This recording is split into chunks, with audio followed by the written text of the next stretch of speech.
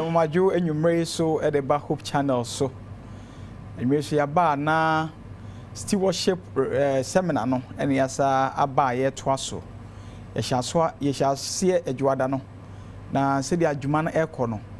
Osofo Obenfo Paul Edusampa eboa yen emayate ekwan efa so ama onyankopon inhira na beba yen so. Eninti enyumre so waye krado a ode enyumre so adesua ebre yen. Mekai wo se enra no ye hwe nhwemu atemu a ewo Tithe mu na adesua ni mu no wodi abusade bebre ene sensemusa bebre ebae.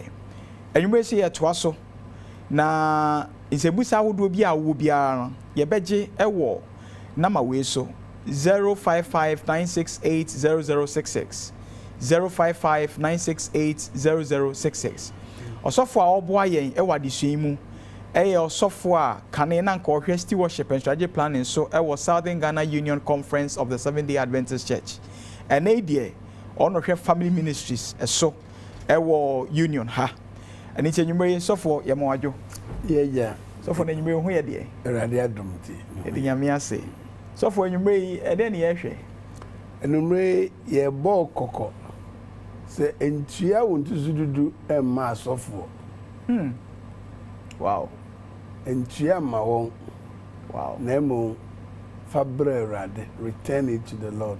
Don't pay your tithe to pastors, okay, rather return it to the Lord. The effect is that tithe in yes of one media media. Seriously. All right.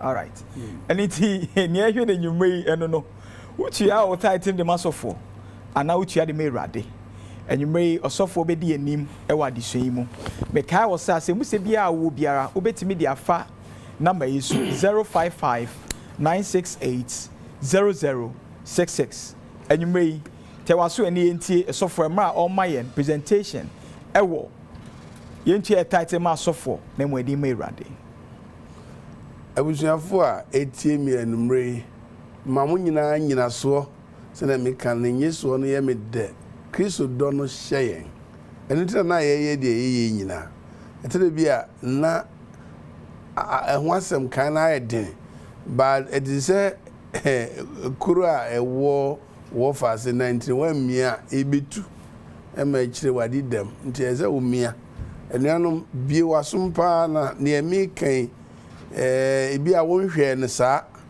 ohwe ne saa onyambe ma wonti ase bi enumre yi no me ka se oma de bia me de no hya ase ma o se biblical giving is an act of worship oma eyosom ezie from believing oma o na watam the court na worship. It must be worship. Giving is an act of worship and not a way of funding or fundraising for local churches. So no wa drink kan no ifri wutrim wan fa osika na mba erade nim kwan obefa so ahwe na sori ti me hye won kran se fa bre erade eno mom na ehia wo na nyese bia wo boa ma sori na atime anya skanti na wode ba enumre bia me de ade we kire wo because na ye ukuoda na ye midweek prayers nyame ye adoma okina ya woda efieda na ahusisi da na ba efieda ewia no to ya na tithe cut off and na oma cut off no na si adentina ewo cut off ebia na wonti da say tithe wo cut off mame nka ne den kire wo se de ntia ewo cut off ni se onyame se fanefu ansia ye adwuma na ye wade enyina tinafu ansia no sa income for the week no asa asizi ebi mmabiom de akane adeche homeda no a wodi nyame echefan ekoma no enti wunya wadwin saa enye dadwin biom 6 days shall work be done wodi nafu ansia no eye adwuma na wia no tose wom adwuma nyina asizi because the Bible no say no work should be done and there's a we adwuma bia nti adwuma ba wiye ndi wusika sem aba na wiye de aka ne se ade achi a wodi awrade chefen wo mu no ekoma no enye ne kwase da enye ne dwoda enye ne week no mu enye ne following week eye weekly issue fanafo ansia ye adwuma ede to sonson no eye humeda awrade onyankopon mumfa nhia ihia mu kronkron It is why you do 6 days, you know. Now the 7th day, no one nyame koshia. Now also neswa problems. Erade me here juma, erade me yare sami yade, erade say. O kan nyina wie wo mpaebo mu a. Question ba ko da ho ma. Na wo de wasem ba beso ame na masoa, na masa yade aye we nu nyina ma wo no. Me suma de na wo ho na wo he. Eno de na o se erade eno de manfa mba. Mfa nra obi bisa obi kan se to de bia na eswa. Ndi na mpese bi bebeka ho. Na de wo ya nyame treasure. Fatu wo fie ho. Na obehu adwuma sika na ngasa bediwu wo ho. Eye nsohwe sika. Ndi na otwe no kɔ na wie ya. Ne humeda no ferade ade kɔma no. Ebe ma waye no kwafo. Masoafo de no nso bebie kwan ama wo. Na wagye nhyira ma na abunkam wo so. Mesrew ene no nyame nsesaw na tisa ade we ase. Ndi fieda awia to ya no ese wo ni nyame nyanhyiamu wo wa wo fie ho na wo check se na otwe no wa ma wo bribi ana ena wo ma wo bribi nsusu a wo so ma no bribi a be very careful onyame ama wo hwe a memeda wo kɔ asɔre afansa pan we kɔ wo amfa ma na wo amfa ma wa ono no di kan di ma wo be kai ade we a me ka cho say God decides on the proportion of the tithe onyame ena odima ena osime de ma wa medie wo mu yesei nto no decide o say 10% enu negotiation bi ani ho ena no bi bisa say erade the tithe no ma wa or the eyi no ma wa what is it say met me ato ahye da na say you have no right enye wo na wo keep fa na de ebre no na ne de ne 10% maso afọ de no you decide on the proportion of the offering. Wo and I will decide. Say Rade, the wire mammy and Nunyama washe me, peja me, Emma and ne, manya dean wo nipemwi. Rade was would any that percentage you now would decide. But Kaihunu said the word is still pending in proportion. Yes, I would decide qua. Where the Yamedi ma wono so. Naka say, the odi ma me no. Mesa chemudu mesa chemunum mesa chemodru no na mama obaako na me de no a kire mani aso no na no ene wo nhira asafoa hye no nso. Now having said that no enra me ma wo photo e de bi enumre bi amede ma from an unseen man ye mfa ye ni hu no but ono no di kind di ma. In fact, the son saw we are who ewo mununku yi nchen ama wo nchen a memory da no kwa so da woni hwe de ma. So from God to man, man to ministry. From God to man, man to storehouse. Emu da ho ba. Enu de na ese ohun se nyame de ma na wa kira se chemudu me de e ba ko a wo de a wo de be ma no it must be in proportion. And no apam dada ne apam foforo baby a directive from God to the giver. Bring the whole tithe. Bring fa ni nyina bra into the storehouse. Nyata fa bra uduru kwan mu anakoche fa bra de kura dem. Now, have you checked the whole tithe no? E ho na nsohwe no workese. Minua bema, minua ba utie mi. Have you checked on all your source of income? Wahwe kwan ya sika fa so ba wonsem. Efri achedie mu, efri aban adwuma a wo ye, ana efri regular adwuma a wo ye, ana bodua bi wo nchen mu. Check your fieda numre check it. Na hunu se, de efri mu abani, emza we de na otwe nyina ya ka ho asem. And make sure say, directive from God on time and tithe. Time no so ese wontu susu dudu no wonyame anim. Nti hye no nso. Onyame na aka se yenkan enna every enumre enkosi enumre. Nti obedi wo homeda na wo hye ase ewitoye fieda na wawie no ewitoye memeneda. Menua ba menua berema we ye fundamentals. When we refia unina masori mu kwa. And they say we refi. Famiko screen na yenkan we because na no me kan kire me say Luke chapter 23 no say this idea we di yes Christ na wudi na chi no ona na ye born asendua fie da wia no miensa asendua de etimi bo wa no pa ma otimi senso a ekosi se obeja home sometimes na the whole day ye born asendua no miensa Israel for nim se ye be born asendua mu na ye kunu eye fie da ni nti wo mu chi na anajo e ma asem no kra de anche e na edi na asem because there is so otimi wu e wa asendua no so na yetimi yi no ansa na homeda no aba enunti test we eye wu keep amedi ma na odi abu ho na odi aboa e ma wo nhira na ye ka ho ase wonsa ka wo de look 23:54-56 no I see that day na ye born asendua no was a preparation and the Sabbath drew near na homeda no ba and the women who had come with him from Galilee followed after and they observed the tomb and how his body was laid.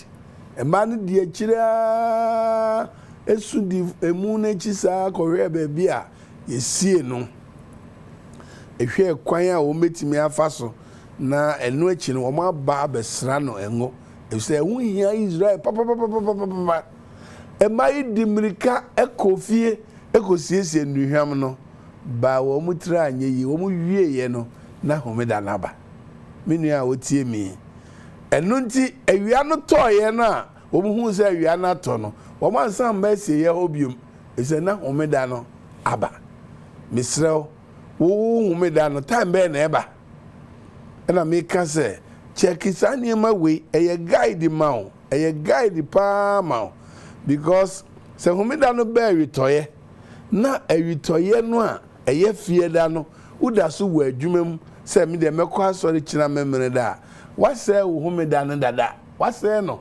because homeda no enye da kro se eye memere da no patre o friends 9 o'clock asem e start free fie da awitoye wo susu na 8 nyina uda so wo saloon a wo ye utiri wo susu na 9 o'clock nyina uda so hye baabi a fe na wo pre abafie enti wo be start homeda no wo memere da no panso na ahya ase fie da no na ne wo ye ya emma wantimi anhya ase fie da numre no nyina esantiawo because nyame se enyo adwuma biara eye awurade homeda watra ye nyina 6 days shall work be done with 6 days no asa afie da awia toye the 7th day is the Sabbath of solemn rest a holy convocation da ye de somo awurade you shall do no work and I would also ye adwuma a 7 abo awia ni hobium would also ye adwuma a 8 abo a awia ni hobium until before I be free adwuma mu 8:39 no now I eat into the Sabbath some 2 to 3 hours already and I would say scanner etire na ukoye ye ni baba na ukoyi ye ni scan no ene adwuma mu de na wantimi pan no na the cost supply no uwie ni nyina no ena wo de kan wo Tithe no ho se ukoyi amerade bro no aka je se nya adwuma se rade makoye ne o kan se ma menye no makoye e kasika enimfa so no kasika yi ho nti rade je wo de se nyame ji sa de ya na nyame nya nyame me kan no kura kire ho because how can he warn you not to do it and how can you benefit him nso aye num no ye wemu nam te o kase o se nye na okoye a e asodin me nye sure so obeji na wa bi osoro fence na wa kira ma na boso hwe de atwam de atwam memre da yi ahomeda ne bi ba afie da ne bi be biom sesi ya shase na bo wadwena boso and see the glory of your Lord Jesus Christ in your life nyame gusu shira nyame gusu bie kwan amanema na ye problem ne yaso den no hwe do you disburse the tithe for God? Are you the original owner or the storehouse keeper? Why do you disburse it? I and I make quite sorry na me hu obi a ne ho akire no and I me hu obi a ne okanya mesem and so ade a ese fa kwa de kura dem no unam kwan mu achiche ade na mankrofo na de wo ya akwada pa yetimi smile yetimi di ani tu ye woso ni ye smile wana bring the thing to the storehouse. One can say bring to where it's needed or say bring it to the storehouse na wo so onyansa mmroso what start che. You can also make deductions. Bra why adwuma homeda say rade no dey me mfa nko because minum say me bu wasem so. Problem wo benya nie ubu nasem so. Enti wayi sika wonya no fie da numre no afri wo tithe no mu. Enti bring all no eno so ayo all wayi bi all wayi bi ayo. So you can see say ade we no tokro bia na ho na on dey abaye games. And then me say, stop paying tithe to pastors. Rather, return it to the Lord. Here, I am a say, I level 4, and I did tithe in my woman now levy new hobium to say, dear, a software a year juma, and the tithe a tram. Obi obeka sa achire obi oye wo bron sam. Enye no kore. Enye levy fo na etu tithe ma. Enye no kore da. Obi amfa tithe ma levy. Na ene no tie ni ye. Because mu bisa ho question me hu say ade no nti asem na emaaye. Me on Numbers chapter 18 and verse 26. Tierade. Speak thus to the Levites. Asem we catch a levy for no and say to them, when you take from the children of Israel the tithe, which I, Nyankopon, which I have given you from them as your inheritance, then you shall also offer a heave offering of it to the Lord, thereby a tenth of the tithe. Also ye levy ni no, also ye tithe ni bi, because eye Christopher asɛdeɛ eye onipa nyinaa asɛdeɛ sɛ ye di come Awurade o si I have assigned enti sɛ nka levy ni hɔ a nka ɛkɔ nyame ho straight na levy nti wadane deɛ ye di ma no ama levy sɛ ɔmo ɛmfa ɛnyɛ adwuma na ɛnɛ wobɛti nsɛm bebree ɛbɛ shoko hwɛ Nehemia chapter 10 verse 38. If tithe is for the Levites, why did God charge them to return theirs also to the storehouse? Now listen to this. Nehemiah chapter 10 verse 38. And the priests, the descendants of Aaron, shall be with the Levites. When the Levites receive tithes, and the Levites shall bring up a tenth of the tithes. Levy for no. And Gaza we are so for intimina ye de breme intimi immediate the Levites shall bring up a tenth of their tithes to the house of the Lord. Was not sure baby I am fanko to the house of the Lord, to the rooms of the storehouse, to also from fanko si ufie say me fie a mission house. Also for what they call to the rooms a daya yes see I a friend at the crowd dino. To the rooms of the storehouse. Now know this. If the Levites are no more serving, so level before no and then woman hobium as of one the Lord, who is the original owner, can reallocate his portion to those who took over ministry from the Levites. Where logic who here say me baba mu. So level before ni hobium nyamedwuma ya jai. The one a no nyame wo hu kwai se de na ye ono nyame de na ode ma levy for no se levy for ni ho a ode be ma current people a ye adwuma se Levites wo na sorry fie ho we boni be na wum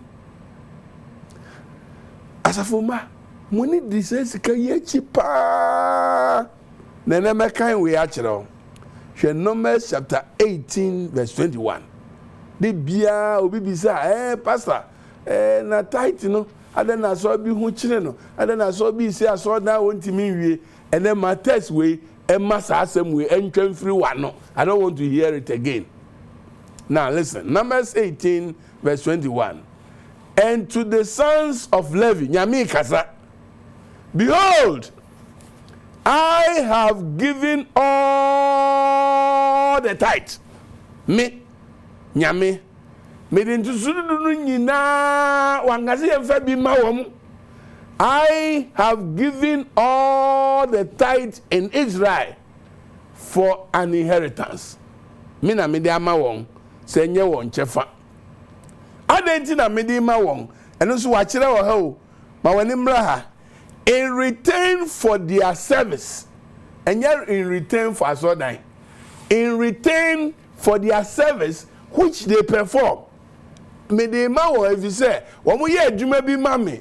I'm using that in return for their service which they perform.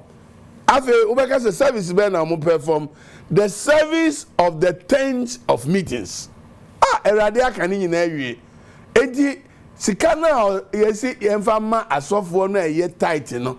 Or say give all. I have given all the tithe. Me nyame.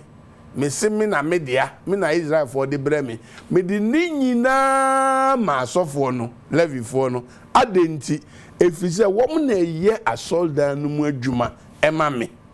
So it is in return for their service which they perform. The service of the tent meeting. Wachiro say ekoshia, wo mo na eye adwuma wo ho ma me. Ndina me dia ma wo mo no. Asopani kwan be mbio na yemfa so. Na yemfa tithe no. Yen free Levifo yen free asofo yinsa. Na yemfa ngosi aso dan kire me. Kwan ya yemfa so. Papa no say fani nyina all. Fani nyina ma wo. Afi kwan be na yemfa so bio. There is no gap there. Wa local gate no. Kire me nyame me di ni nyina ma wo. Wa dwuma a wo mo yema me e wa asori fie ho nti. Me di ni nyina ma wo. Now ni kan niema bi wo ha. Now also yes sofo a wa hwe ni yie. It is a reward for service and cannot be used for church buildings and others. It is a reward for service. There be me catch that sofo say hwe say mini wa ka bosumi a menim say me amakodi madwuma me ko abusuan meeting me ko hwe die ma anya adwuma e wo me district a edi me atum asora edi me atum nka bosumi no so a me srew anga catch the conference say I don't deserve the tithe for this month. Why? Because I did not perform. I did not perform. Because ebedi wachi anyway. O performer ebe yen shirama. If you did not perform and you take it as at the end of the hunting me kofa, you see the consequence. Sometimes you move in who yesere. Some of the pastors okwa o say that be me de me ma de school we ya SDF asi me ma me banko bi. E be say okọ school a ewodin because conference betua.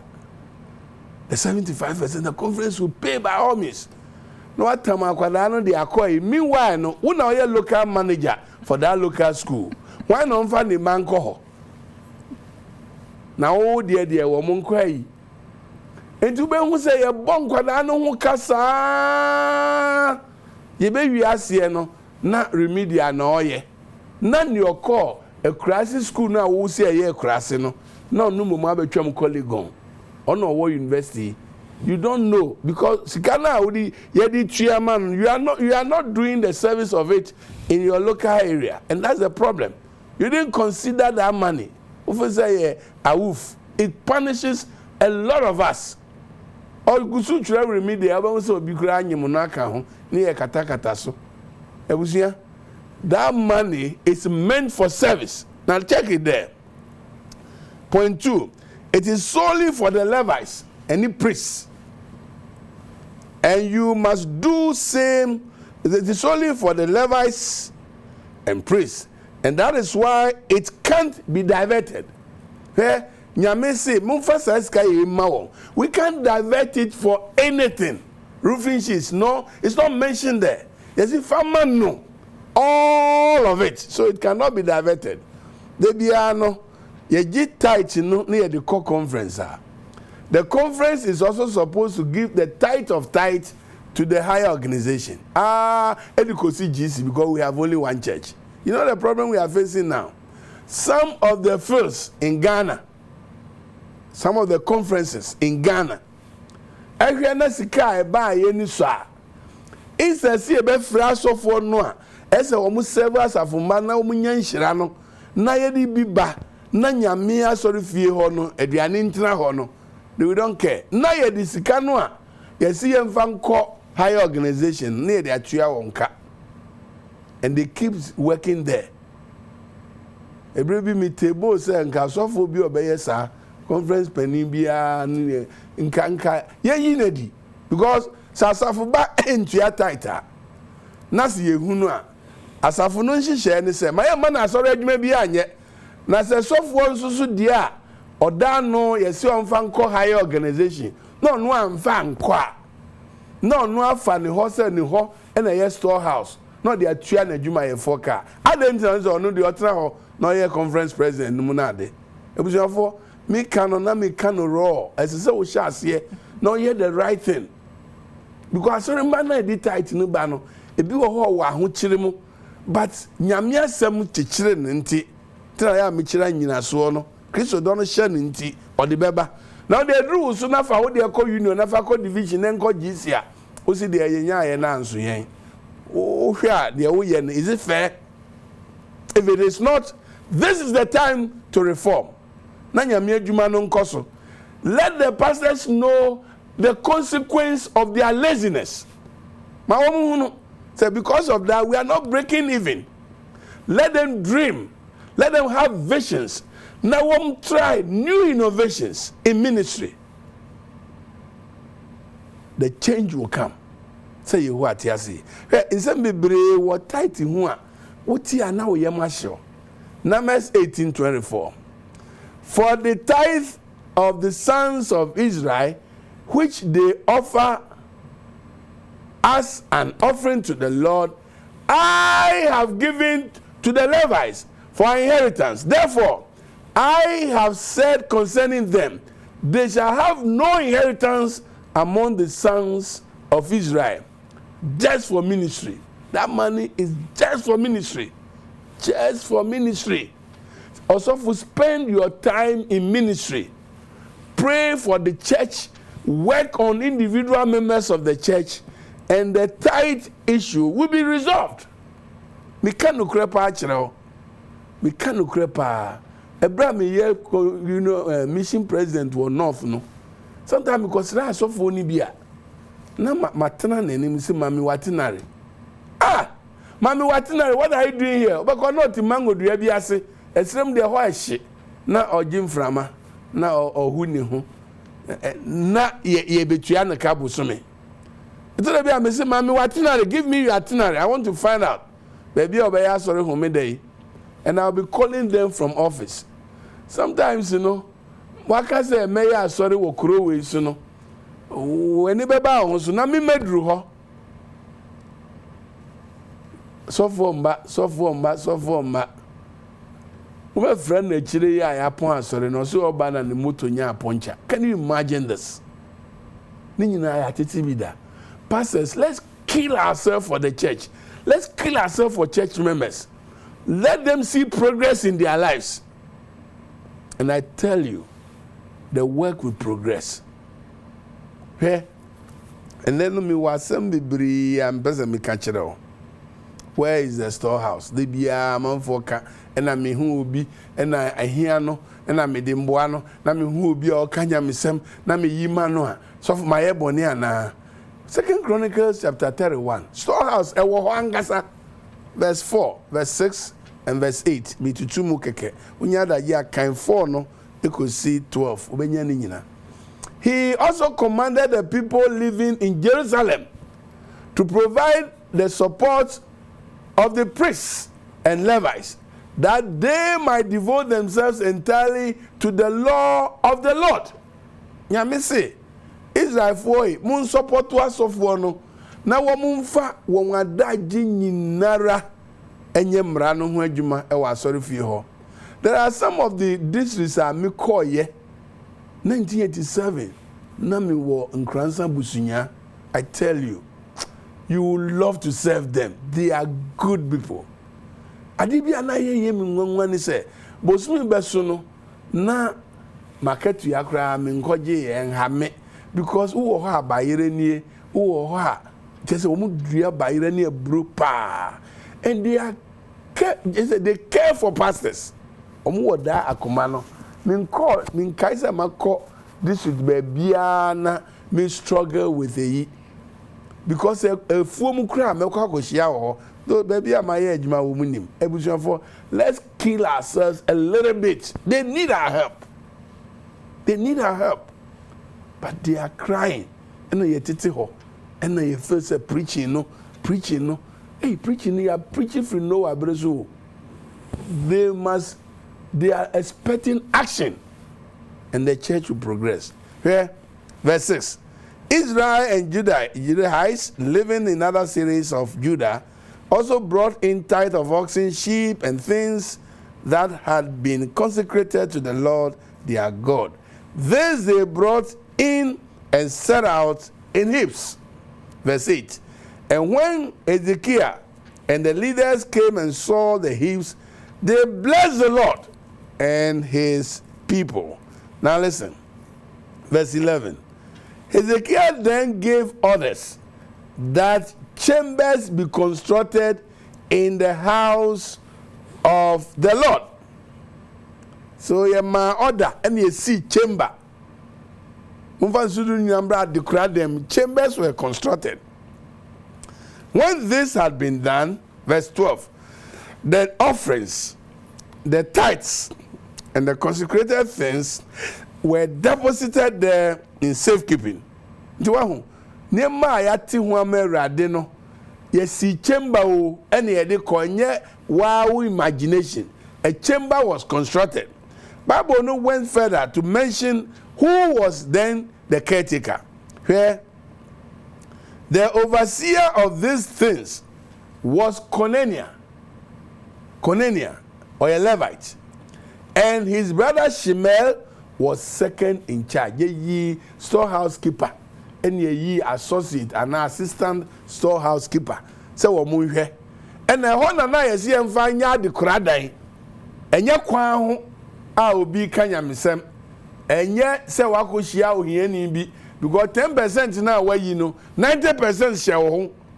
So onim se ohia for etimi hia wo ma ayaja kakra wo na mana wo cheche as gift. Enye nyame de no go ye dia small. Where is the storehouse today? Storehouse na wan and na wan the local conference where a member has his or her membership. Conference we ebeje na ojia no so the title call union so the accord division so the accord general conference. Na asori baako no the church has one foundation no bia benefit. The storehouse no entimi nya wo local church and then bisa me biom it's not true. Now maybe that question be withholding or misapplication of the tithe constitute robbery of God's worth. True or false? True. Why we are so to our tithe now see me famba eradic can me famba a robbery because you know what they are anyway. You must know that. Now who determines where the storehouse should be? Who now because the storehouse na so phobia kanya misem layman phobia ye way timidi nyame tithe no come on who now decide anani ura no na decide and also our Bible mo Deuteronomy 14:22 and 23. Be sure to set aside a tenth of all that your field produce each year. 23. Then in the place which the Lord your God chooses, baby a wunyame no ebe kire se fakọ se fakọ adekura dem he chooses. He has chosen a place se fakọ we are smafo fa papa na de ekoma no na wani bredodo enya wo dia. Now ebinum say I tithe kura no na ye aduane na ye de ba na Mrs. White na chinchim asafumba nsa na ya dane no sika because onkan ya de oni adaje edisua de ma ade we say free mami White and say free nyame. Deuteronomy chapter 4 verse 24 and 25. If however the journey is too much for you and you are not able to bring your tithe, because the place which the Lord your God chooses for the abode of his name is too far for you, considering how the Lord has blessed you, you, verse 25, you may exchange the tithe for money. You may exchange the tithe for money. And with the purse of money in hand, go to the place which the Lord your God chooses. Wait, mommy, why to be in the womb? Bible kasa, so don't limit it to microphobia. Yes, say nankanda kura no say aduane ana usumbayire na nkwada no so subanchi we no so sumankani kokofo de edim na bema no so kura nwan ani mponche ena ade na meme de asori nie nti nyame kura ye da na se de we church ro konkrom se ekwan no wa enso anema no ma ton na first kanobra. Not just the tithe, but the pastors are to give offerings. And what kind of? Levy for na sem na me kano. Now Numbers chapter 18 verse 28 and 29. So you shall also present an offering. Levy. Yes, you tithe ani ye. Also for now or tithe, you know. Yes, you shall also present an offering to the Lord from your tithe. Nyame na eka say from your tithes, which you receive from the sons of Israel. Israel for the brewer. As I said, we offering. Also, you offering. And from it, you shall give the Lord offering to Aaron the priest. That's why yes offering the we offering now. Say me am yes for my fa. There be fa priest no na fa man. Of all your gifts, you shall offer up every heap offering due to the Lord. From all the best of them, the consecrated part of them, the best. So we offering a ye a share kuma. Na me kanye sika atete. Nye adia obi di down in maukra wona ase yi nan show. Na fa merade. Na ne wo kira safoma no meti ase mo. Chen say why you hu afri mu. Enu anu me de besi a. Nyame nhira. But who say God is demanding the tithe. Nye nipa. And a test no ho no.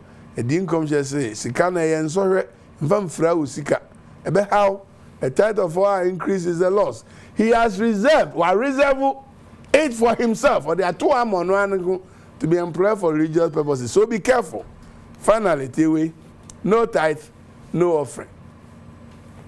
After the tithe is set apart, let gifts and offering be apportioned after the tithe. So when ye tithe, and ye offering, and ye gift. This is from Counsels on Sabbath School lesson, page 130. Nyamin Shirao. Na bibi chire wadwen a aye nyina ye nka ho asem. Amen. Wow.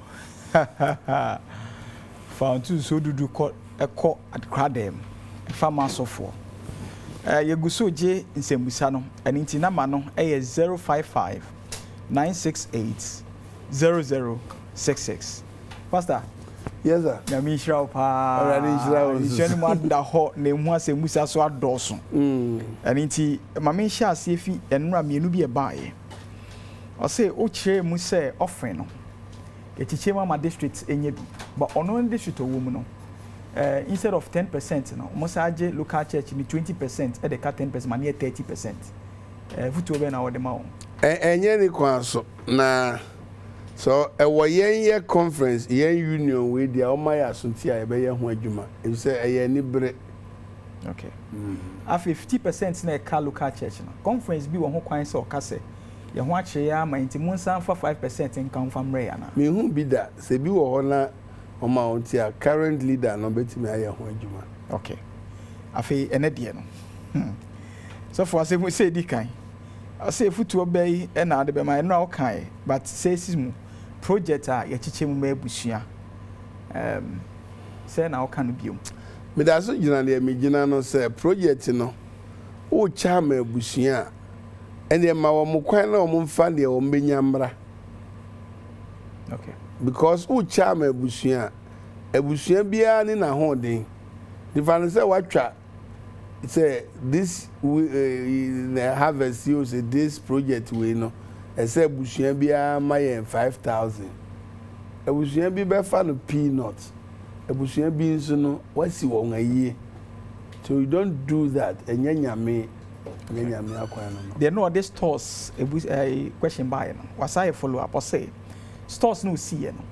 Or the 25,000 you know this year. And inti na same busane say until the 25,000 enwie capital na why invest here 25,000 no. So TV na said dan ye bubu because what here we so we don't need it again. But what's the store open say see ho for your lifetime even who wechi say see ho. Enti ni sika pa na odi agure mu no a capital investment. Na ehu na obedi di saa nti nyame to nsem free store no mu a yini de fama no na yini umaso afode store no ebe koso atena saa because say Yesu beba so for that say so for na wadi sua a odi efa mu no be hu say test a o kan dodo na ya pam dada no apam foforo me hu say Hebrews die bi na baaye adenti na tisa na apam foforo no Tithe ni nhye de ni bebreza Tithe dear Christo nimbia obeda to Tithe no onyi Yesu ni Yesu ka kire Farisifo no se mutua nunum eni ntete ho ntusududu ena mogyae mra no mu de sombo pa no na enu na nanka ese moye na de moye no nso mamunyae de mbio na menka mfa ho concept ni nyina no esan se fa nipa ho nti adebɔ mfiti ase ni nyina no na Tithe and offering no ba nti badru Kristo breso no na Yesu bandada nka Yesu nka se mo nyaatwomfo mo ye ni sei na nka se mo de we ka ho ahomobro ene onuado eno no mayi afrim na mo ye ntusududu ntete eyi na hundu sududu nyina mo yi ba na enu na esanka moyo na we nso mamunyayo yo kase mamunyayo a efutu ba mbiom na yenkotie mfiri hwan no mu je Yesu se nyai dududu no nyayo de se wo de ye adwuma so for metimi aka bebre oho na bere no swa because Yesu can a lot of things efa oma ho a chese ebi wo ha wo kan na wo se agu ba me pese wonya concept no ntina na matena apandada no mu ache no that's okay so for bi eni omote in district mu omo ye businessmen crossing ya asafoma no ayese still idea Tithe beti omo o de to ile before de no ho a yes ye mfa ma levy ono so di ne ho abahye so ye levy so onye adwuma no yi a conference ni bedi to de ye wadwuma sika no nya wo sofo no na wo de ma no wahu so ye adwuma trekrata akọ conference papa no wajai of adwuma na to ho e na oye na adwuma nti mpanimfo mu yi ne de ana mu nka bibi nkyere no esa waboa ba se wo kyere se maye mfa sika ne bi ma no de e de no ye se fa kwa ade kura dem wo de kwa ade kura dem wi a wadwuma asa nti eno no sa na mepese ye beye no so for ade kura dem no you see ya te se conferences no wonyina sika no e wo banks de enye bank na ade kura dem de na se ade kura dan no a na wo mdi ade no gu edan ba akumu no ekire ya Mrs. White can say move and chemi I'm sorry ekire na erade can say se kwan a wo de betwa edi we ntusududu na ba no wa kona koton na fasika no ebra me sure say from that time no na sika kura ebehia nti eden ya sika no ade kura dan no kura papers ni nyina we hia bi ana wakoyi na akromfo nso ambefa anko de no de ho hia pa okay so for na osom yi mu obi o ha ontua Tithe nti ye betimi yi ni din fi asafo mu ana da bi yentimi yi ni din free mu because ogusu ye ni kra ho adwuma nti mumani mbom nyini no ha na ewo no mumani mbom no nyini no ha na ewo because nya won e wa so dem ho nyina na asakra o obi wo wa girl bi kurenti no ba ezie o onyi nyame ni nsem bebre ewo akire na omoye yi but as time goes on no obekwa ko share preacher bi ontimi nyina no wa break it down osuna waza na adwen sakra dra Yesu kan se ahwe na mko tutu ngura boni ne afrefu no mu a ahwe amotu papa ni bi afra enne na oye boni o but o kire bi Oga ko share pastor ewu. Oga ko share pastor Obed until assembly years awurade ma ye bone fa chem. Sabe what to na twina sanka wa say. I saw dance why a hospital. I are for bebre in ebem. So for me akuani na me share me phone ase no. Sika me di share mu no. Maintini ansese. Aninti ebra so say me twai. Me ye dai na makalculate. Sika no ni wa ho di ni nyina ye capital investment na waye. Enti ehun suo na obenum ehun dividend nyame hira na wo no buy no ba utwa na aye nti we ni de agina fanza wadua koko betimi adi wo lifetime na enti e basa na sika wo di ko hye mu no wo be ndai but wo di I invest na nyame hwe so e dey afidi wo nti e capital investment na capital development. Okay. So for bosumi aketua na meje bitia we dey e basa me sure say yes say isisu bio bosumi aketua na meje bosumi no meji maketua metua me fine but me tithe me offer nyina aba e say na otwi bia me ba me dey offer ne ba makana over and over again no tithe no offering and the income share my quote to so school lesson page 130 or say after the tithe let gifts and offerings be apportioned according to the way the Lord your God has blessed you. Entino se unya sika bia na se waji ubus market ya na the tithe and ni wo maso for the abre radia kosi se income foforo beba no ebetimi aba se income foforo beba na nye wadwuma mu salary na bia ye bodwa bia aba ye income the week bia no bu akunta na bibia ma ya you are okay obetimi di nsapan akwa sorry but se bibia ba nso so dia di uhune na wanya all the tithe wa qualify. So for uche mu say asofo no enso otua won tutusu dudu na offerings where let me can last minute no say you say omunyi the best part of the tithe and crowdfunding buy no as offering na first can come Aaron na first come Aaron of penny war nti so for no offering no a local church and almost the conference omutia no wa fa chire na asengoro na wa fa chire visa no ya ma conferences no instructions say wo munti enfanto na time so na just e tight na offering nyina offering ni de so for ntua no ni local church nti wona asebusa ne wo offering no mfa nko ni local church tight no eno de ye ni mpanimfo aye nhihye se ye mpese ye sumukra ye mfa merade. Okay, so for addition mu no chair ma ye hu se tithe na ba conference e was say mo sutua tithe was so they call the higher institution no etore bia ma enu ti na ma mia mani se me ka kire me nuanum mpanimfo we ye ka ye hwe camera no mu direct mpanimfo yi se o pesa asafo ma no edi nukre emerade a wo so edru ho a di nukre na sika no a eba no asonye nyina sa ansonye nyina asonye nsuso a na nyina anya bi so for we ni de aso ebi e na nso bi omo de bi kai no omo yin koma omo de anso na na there be o normally no ya try say betimi aye sa de no say first ni bi wo ho a ho edin nti nhihye wo ho say yenti won a wo mo de no mu ye no bi na percentage bi yemfa nko boa those first no yes adada. Okay. Yes adada.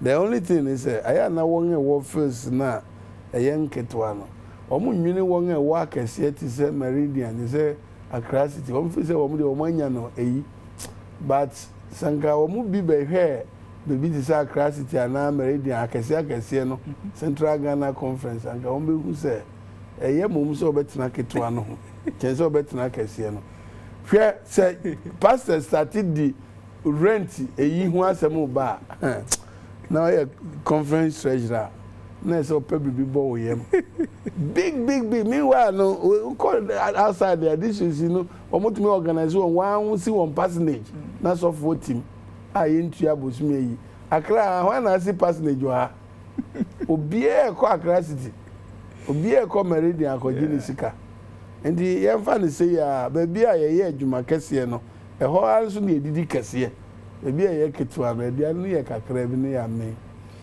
so for tithe no ya so for nko an edi twa wonka the kind says ya no want say erade say I have given all the tithes to the Levites as their portion for the service they render in the tent for me.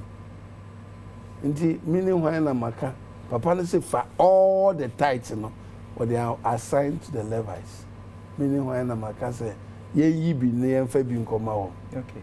I think that's a way it's in relation to church workers among yaso for directly. Almost so then each one. Say ye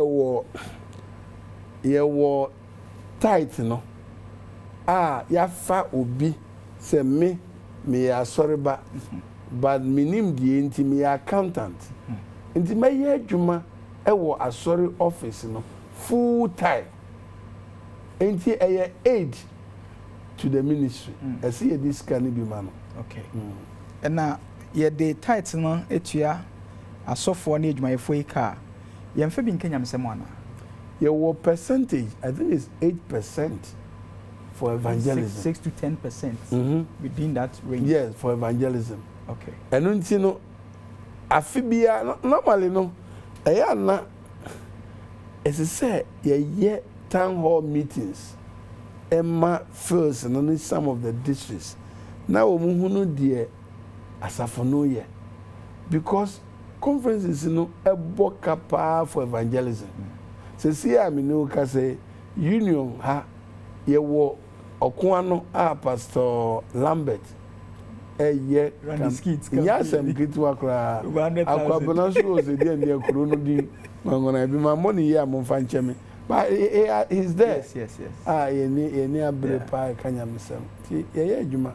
Okay. Me evangelist na tithe ye bi de kanya mesem yi me de menye bi e de kanya mesem wonye bi krachi ebi ni homa because ye body ambudi ebi ni homa so obeye union and mission evangelist ye wo metesa ye faso eye obi wo ha na chese obepe ni funding na odi akanya misem na asafo babia nso so a okati se papa ye kan ofira sorry bi mu enye za onye ezie ni once ofi asori bi mu no ezza asafo no a channel wo yi ebi kura conference sika yi a ye kan ana union di a ye kan asafo no betimi di amount ana e betimi di organize no wa be kasa uye wi a aboa ye you know